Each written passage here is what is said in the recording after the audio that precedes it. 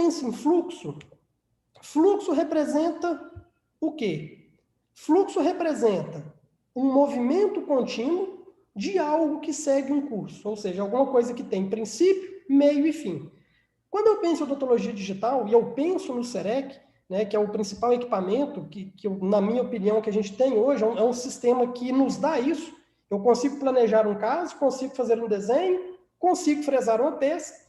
Eu preciso fazer de uma forma onde eu não tenha idas e vindas. Eu tenho que pegar e tenho que chegar em um resultado que seja o mais satisfatório possível. E dentro desse fluxo, aí a gente tem uma infinidade de pontos a serem discutidos, que começam lá na análise do paciente, antes dele nos procurar, tem todo o processo da experiência do tratamento, e aí envolve o contato para agendamento, até a fase de finalização, né, do trabalho, e, por último, a credibilidade, que é aquilo que a gente só vai conseguir se a gente entregar os resultados que a gente propôs para o nosso paciente. E quando eu falo de fluxo, também é muito importante, dentro desse fluxo, que eu crie protocolos para tudo que precisa ser feito, dentro dessa visão clínica. Então, aqui na minha rotina clínica, na rotina de laboratório, nós temos procedimentos operacionais padrão. E o que é o famoso POP? O POP é um documento organizacional que traduz o planejamento do trabalho que tem que ser executado. Então, ele traz uma descrição detalhada de todas as medidas necessárias para que uma tarefa seja realizada. E o principal objetivo dele é manter um processo em funcionamento por meio da padronização e minimização de erros, né, de desvios na execução daquela atividade. Ou seja, ele visa garantir que tudo que eu tenha de ação seja feito de forma padronizada e executada conforme o planejado. Então, por exemplo, se eu vou fazer a finalização de uma peça protética, eu tenho o procedimento operacional padrão, que eu executo sempre da mesma forma. Isso me economiza tempo, diminui a necessidade de tomada de decisão e eu vou me aproximando de melhores resultados. E quando eu penso na execução de cada etapa, o que eu sugiro? Que cada etapa do seu tratamento, desde a consulta inicial, que você faça como se ela fosse a única etapa.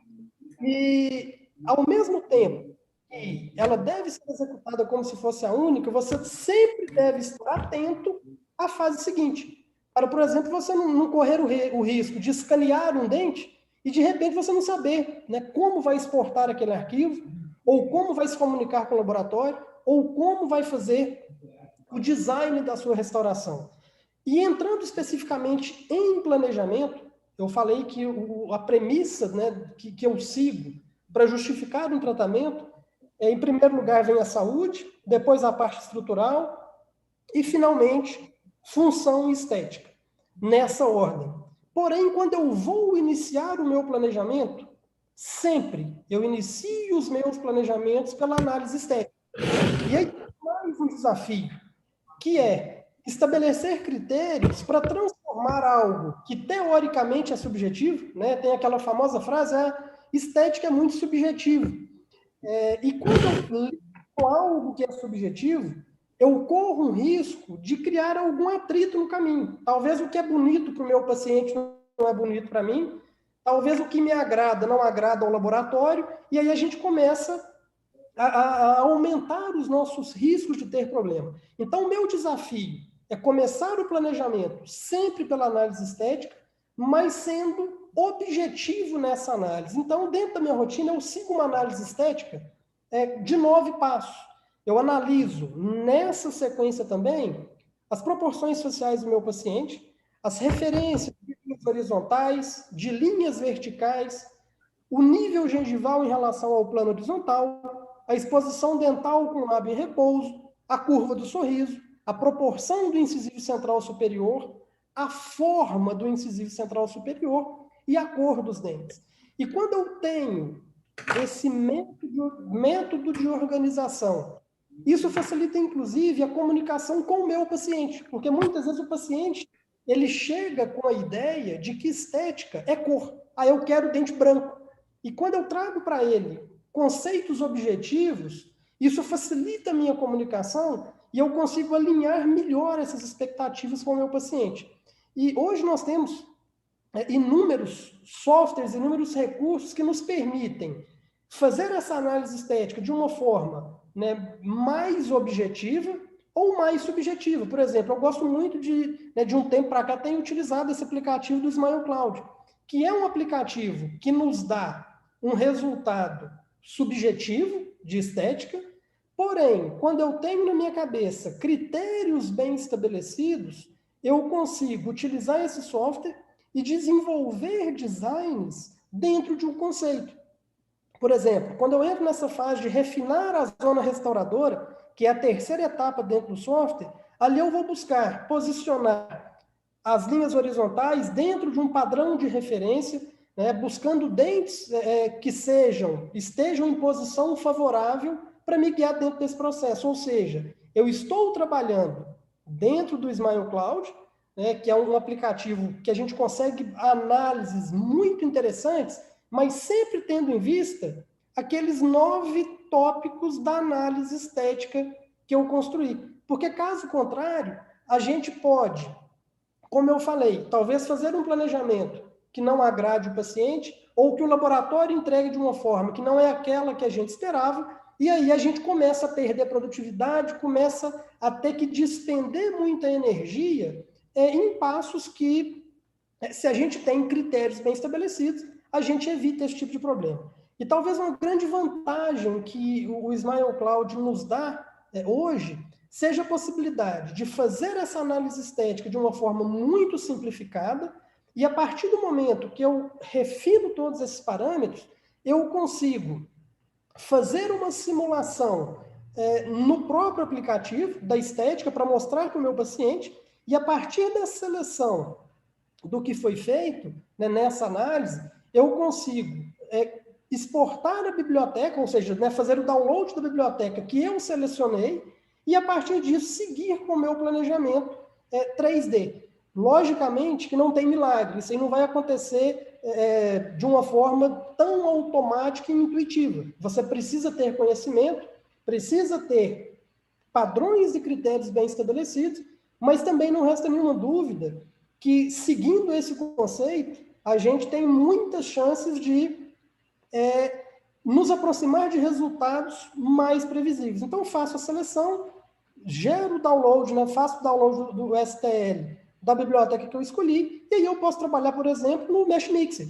Eu pego o meu escaneamento, jogo para dentro do Mesh Mixer, e ali eu tenho condições de pegar essa biblioteca em STL e desenvolver o meu planejamento do design. E quando eu penso em estética, eu sugiro fortemente que você invista em fotografia, porque não existe análise estética sem um bom protocolo fotográfico. Então, por que eu vou fotografar? Em primeiro lugar, porque permite uma melhor análise estética do meu cliente. Segundo, é um documento que mantém registrada a situação inicial. Melhora a visualização das condições iniciais pelo próprio paciente, e eu tenho percebido ao longo do tempo que o paciente se vê através de uma fotografia, em uma câmera de alta resolução, em uma tela grande, talvez seja a melhor ferramenta de comunicação para o cliente perceber a gravidade, né, ou as alterações estéticas que ele tem. E, logicamente, isso facilita a nossa comunicação, além de ser uma ferramenta de marketing, né, que nos permite utilizar o antes e depois, seja com o próprio paciente, para que ele perceba o que foi alterado dentro do tratamento. E, por último, a última dica relacionada ao planejamento é o seguinte: comece pela estética, mas incorpore os padrões biológicos, estruturais e funcionais. E não só visualize o resultado final do que você está planejando, mas também analise as implicações de cada procedimento que você planejou dentro da biologia. Né? O quanto você vai desgastar um dente, que tipo de estrutura de suporte que você vai desenvolver, o tipo de implante, que tipo de pino, se vai fazer pino, núcleo de preenchimento em resina, ou seja, cada tomada de decisão relacionada à estética, ela implica em possíveis alterações necessárias nesses outros 3 padrões. Passando para o design. A primeira dica relacionada ao design. Antes de iniciar o seu design, esteja atento à posição fisiológica da mandíbula do seu paciente. Ou seja, não é só estética. Eu preciso pensar em função. Então, a visualização da linha média sagital, muitas vezes, já nos traz muitas informações. Quando eu tenho desvio, no mínimo, eu vou acender um sinal de alerta na importância de ter um cuidado de definir essa posição fisiológica da mandíbula.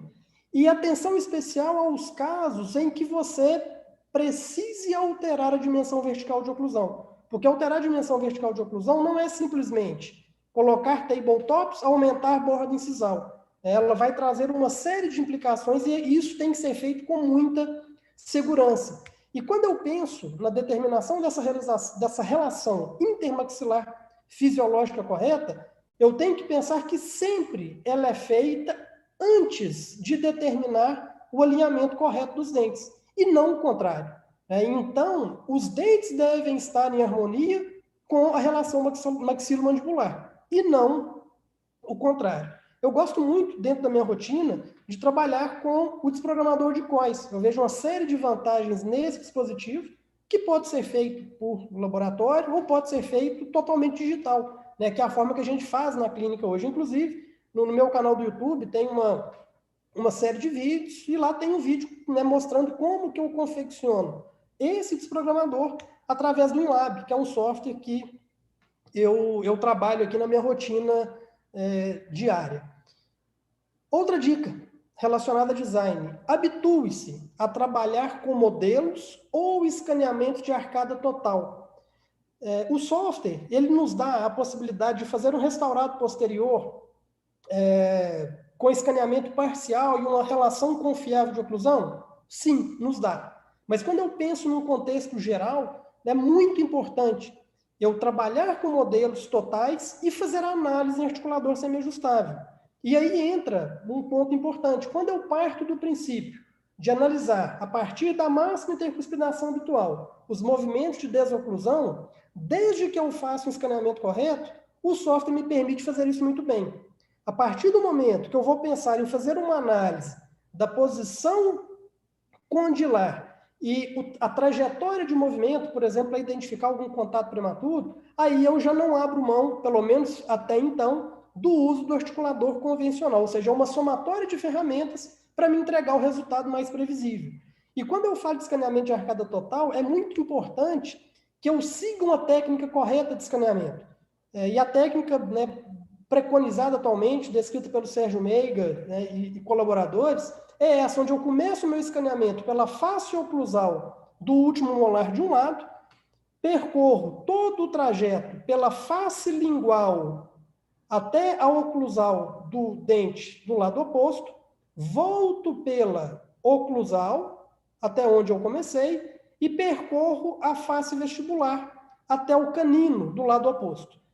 Desligo o meu scanner, aciono novamente, começando da oclusal do dente oposto, posterior ao lado onde eu comecei, e volto até o canino. Essa técnica é a técnica que, né, está descrita no artigo publicado e que é a técnica, né, preconizada como a mais recomendada, principalmente para os scanners da Sirona, no caso, o Serec. Lembrando que cada empresa, cada fabricante tem a sua recomendação da sequência correta para execução do escaneamento. Muito importante também analisar os detalhes do caso, e quando você enxergar esse caso do ponto de vista, né, da visão do resultado final, você precisa também visualizar todo o caminho que você vai percorrer para a criação do seu design, ou seja, escaneamento, design e mockup. Né? Como que eu vou fazer esse mockup? Vai ser um mockup fresado, impresso, em resina bisacrílica? Tudo isso interfere na sua sequência para a execução da técnica.